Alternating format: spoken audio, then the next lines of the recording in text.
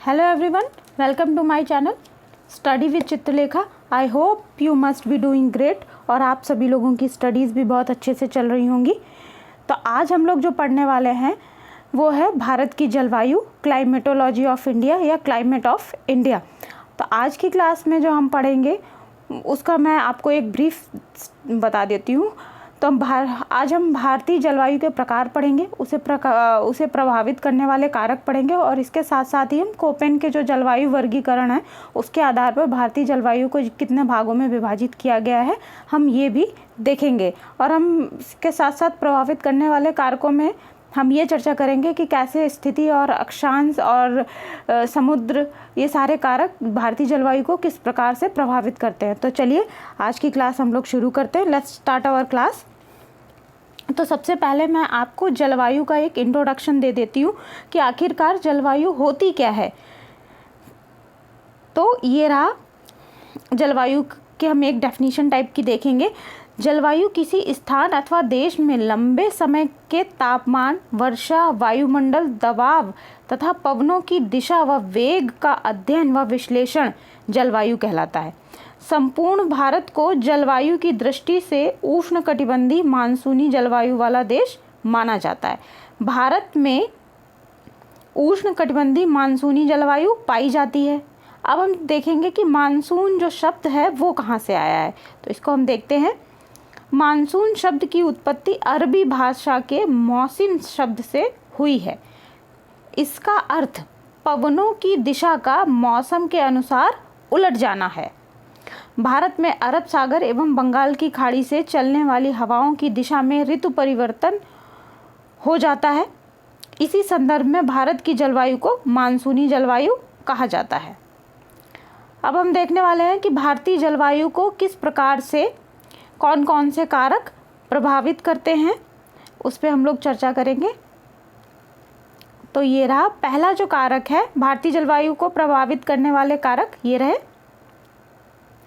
पहला जो कारक है उसको कहा गया है स्थिति एवं अक्षांशीय विस्तार, अर्थात जो हमारा ग्लोब है उस ग्लोब में भारत की जो स्थिति है, भारत जो लैंड कवर किए हुए है और उसका जो अक्षांशीय विस्तार है उसके बारे में हम बात करेंगे यहाँ पर। तो भारत उत्तरी गोलार्ध में स्थित है। हम सभी जानते हैं कि जो ग्लोब है उसको दो हेमिस्फीयर अर्थात दो गोलार्ध में बांटा जा सकता है। पहला कहलाता है नॉर्दर्न हेमिस्फीयर जिसे हम उत्तरी गोलार्ध कहते हैं और दूसरा कहलाता है साउदर्न हेमिस्फीयर जिसे हम दक्षिणी गोलार्ध कहते हैं। तो भारत जो है उत्तरी गोलार्ध में स्थित है। ठीक है, अब आगे बढ़ते हैं। तथा कर्क रेखा भारत के लगभग मध्य से होकर के गुजरती है। ये हम सभी जानते हैं। इस चीज़ को मैं आपको एक मैप के माध्यम से थोड़ा सा एक्सप्लेन कर देती हूँ तो ये आपको अच्छे से याद रहेगा। ठीक है, ये हमारा भारत का मैप है, थोड़ा सा गड़बड़ बन रहा है, आप लोग एडजस्ट कर लीजिएगा। ये मैंने मैप ड्रॉ कर दिया।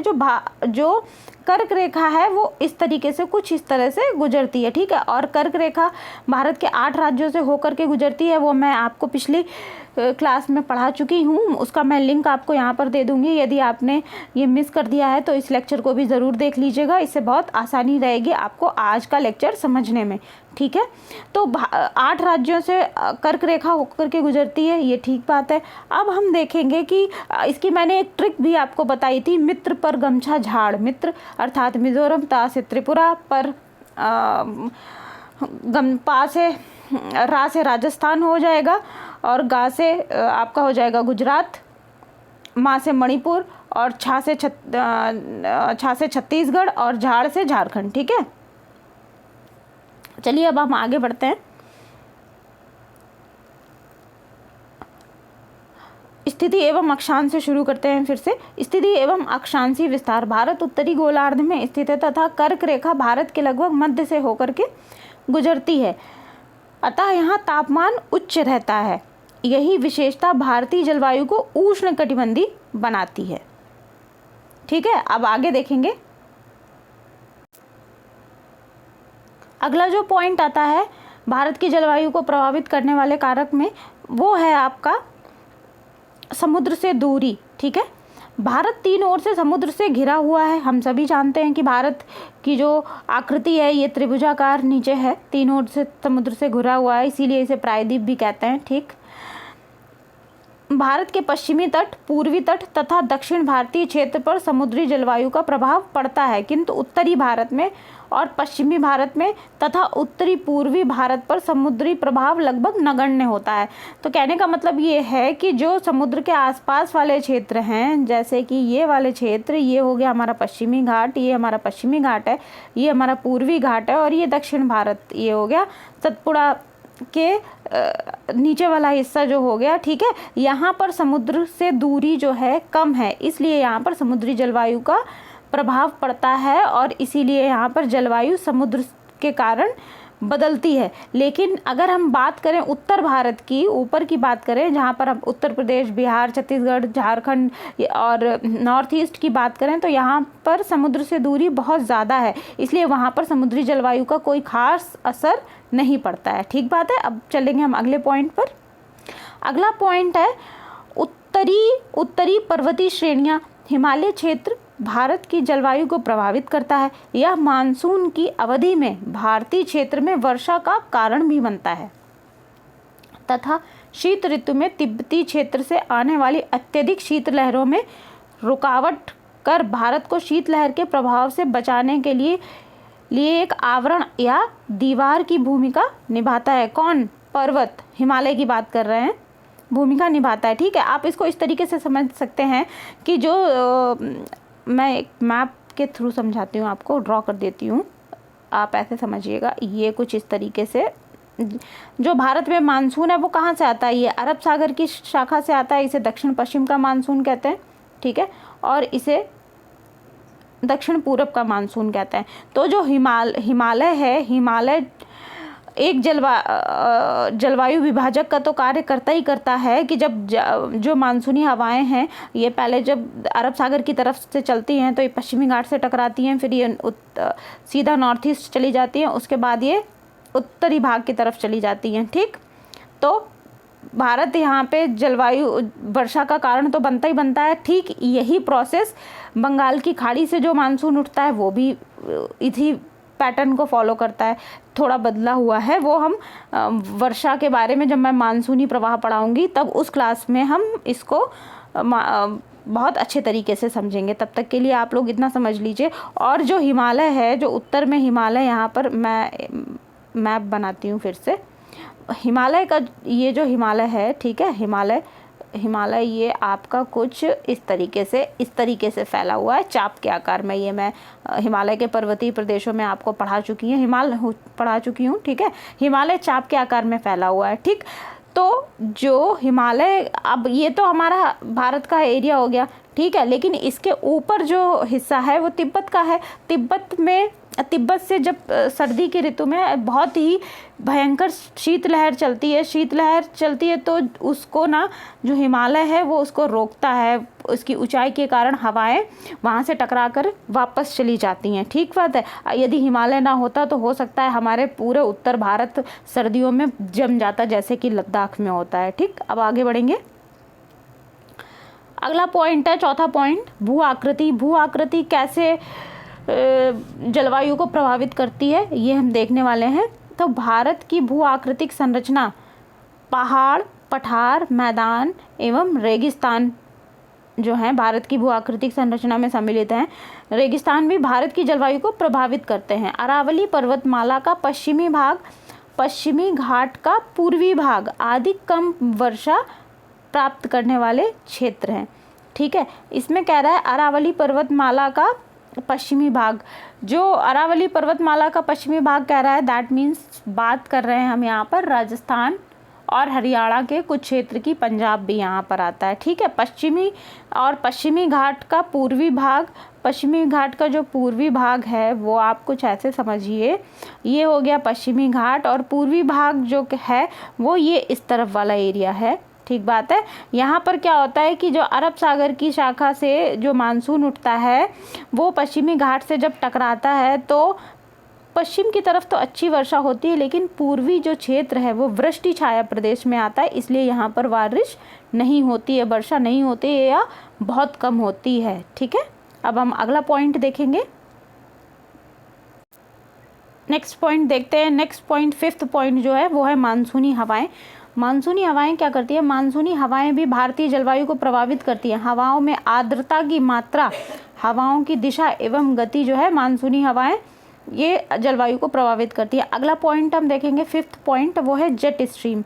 जेट स्ट्रीम ऊपरी क्षोभ मंडल में आमतौर पर मध्य अक्षांश में भूमि से 12 किलोमीटर ऊपर पश्चिम से पूर्व की ओर तीव्र गति से चलने वाली एक धारा है।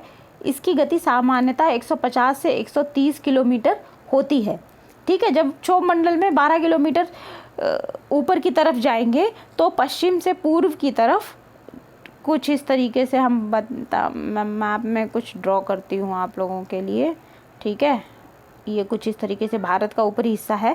अब क्षोभ मंडल तो सब जगह रहेगा, तो ऐसे समझिए, मान लीजिए ये क्षोभ मंडल की जो है ये लेयर है। ठीक है, ये क्षोभ मंडल की लेयर है। यहाँ पर एक प्रवाह चलता है पश्चिम से पूर्व की तरफ, कुछ इस तरीके से हवाएं चल रही होती हैं और इनकी जो स्पीड होती है वो 150 से 300 किलोमीटर तक की होती है। तो ये बहुत ही तेज़ हवाएं हैं जो मानसून को प्रभावित करती हैं, जो मंडल में ही चलती हैं। जेट स्ट्रीम इनका नाम इसलिए रखा गया क्योंकि प्रथम विश्व युद्ध के दौरान जब लड़ाकू विमानों का यूज़ किया गया था, तो जो पायलट्स थे, जब वो अपना जहाज़ उड़ा रहे थे, तो जब वो पूरब की से पश्चिम की ओर गए तो उनका जो जहाज़ है कुछ बहुत ज़्यादा तेज़ी से गया और उनको बहुत मतलब हवा का सामना नहीं करना पड़ा। जब वो इसके ठीक उल्टी दिशा में आए तब उन्हें ना एक ऑब्स्टैकल सा प्रतीत हुआ। तब उस समय फिर ये बात आई तो वैज्ञानिकों ने पता लगाया, तब जेट स्ट्रीम उन्हीं जेट्स के नाम पे, जेट्स के कारण जो इस हवा का पता चला तो जेट स्ट्रीम उसी के नाम पर रख दिया गया। इसीलिए जेट स्ट्रीम, इस धारा प्रवाह को जेट स्ट्रीम कहा जाता है। ठीक है, अगला पॉइंट हम लोग देखेंगे। अगला पॉइंट है उष्णकटिबंधीय चक्रवात और पश्चिमी विक्षोभ। उष्णकटिबंधीय चक्रवात का निर्माण बंगाल की खाड़ी और अरब सागर में होता है। यह प्रायद्वीपीय भारत के एक बड़े भूभाग को प्रभावित करता है। अगला पॉइंट देखेंगे। अगला पॉइंट है दक्षिणी दोलन। दक्षिणी दोलन को जो है हम साउदर्न ऑसिलेशंस भी कहते हैं। जब कभी हिंद महासागर की ऊपरी सतह पर दबाव अधिक हो जाता है तो प्रशांत के ऊपर निम्न दबाव बनता है। इसी प्रकार जब हिंद महासागर पर निम्न दबाव बनता है तो प्रशांत महासागर पर उच्च दबाव हो जाता है। इसी उच्च एवं निम्न दबाव के अंतः संबंध को ही दक्षिणी दोलन कहते हैं, साउदर्न ऑसिलेशंस कहते हैं। अगला पॉइंट देखेंगे अल नीनो एवं ला नीनो। अल नीनो और ला नीनो ये हमने सुन भी रखा है कि अल नीनो जो होता है, जब अल नीनो होता है, अल नीनो एक प्रकार की धारा है, समुद्री धारा है। जब ये प्रशांत महासागर में उत्पन्न होती है और उधर से हिंद महासागर के जल जो है, प्रशांत महासागर का जल जो है बहुत ही ज़्यादा गर्म हो जाता है। इस वजह से क्या होता है, जब अल नीनो का प्रभाव रहता है तो भारत में वर्षा कम होती है। वैसा ही यहाँ पर लिखा भी गया है, ये देखिएगा। पहले हम देखते हैं इसको।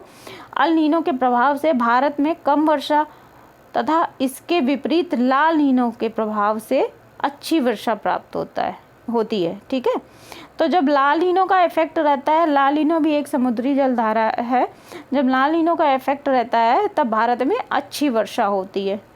ठीक, अब हम आगे बढ़ेंगे, देखेंगे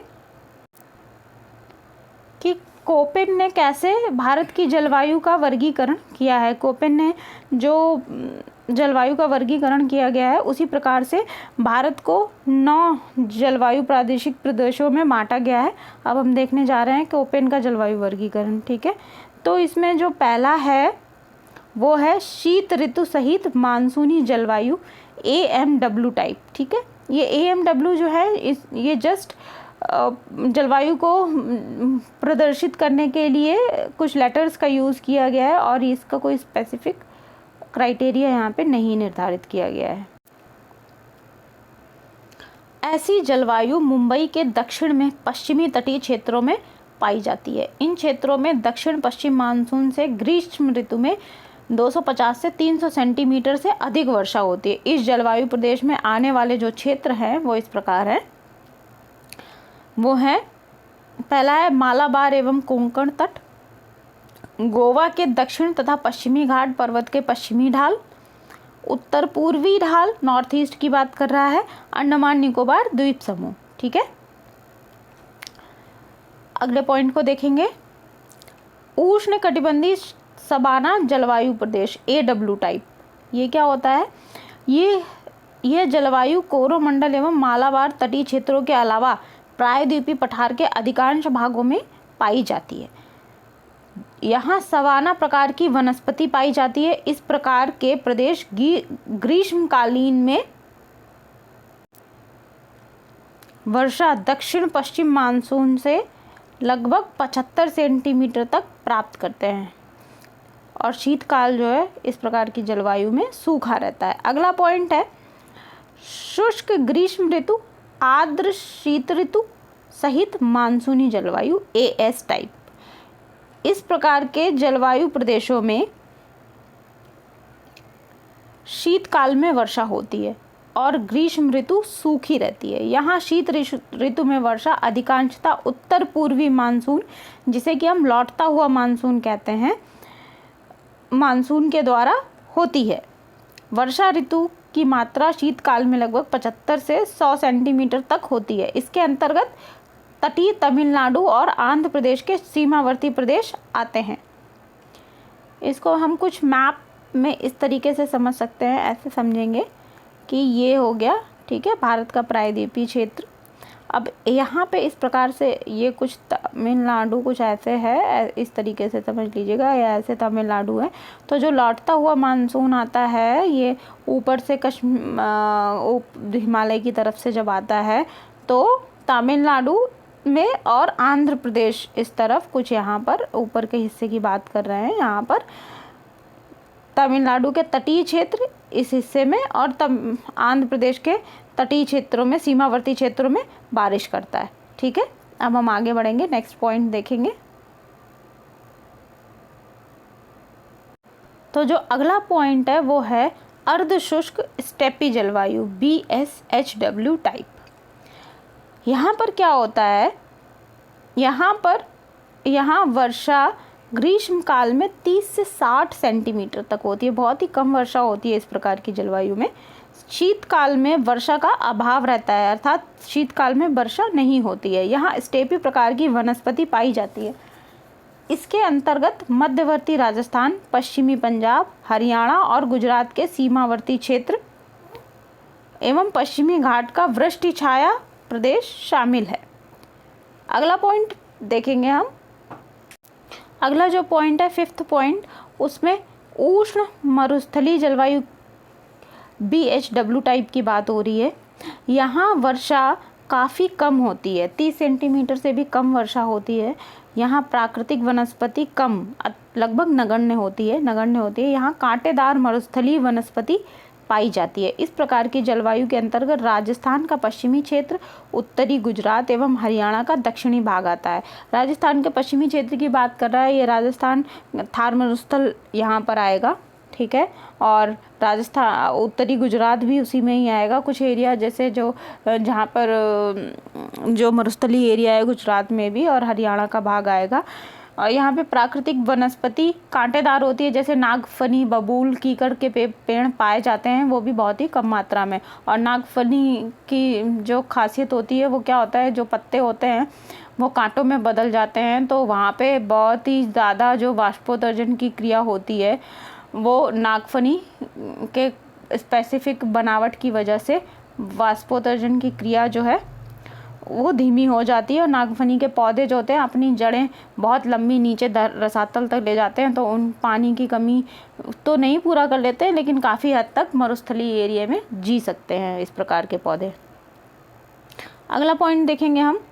अगला पॉइंट 6 पॉइंट है शुष्क शीत ऋतु की मानसूनी जलवायु CWG टाइप। इस जलवायु में अधिकांश रूप से गंगा के मैदानी इलाके, पूर्वी राजस्थान, असम और मालवा के पठारी भाग आते हैं।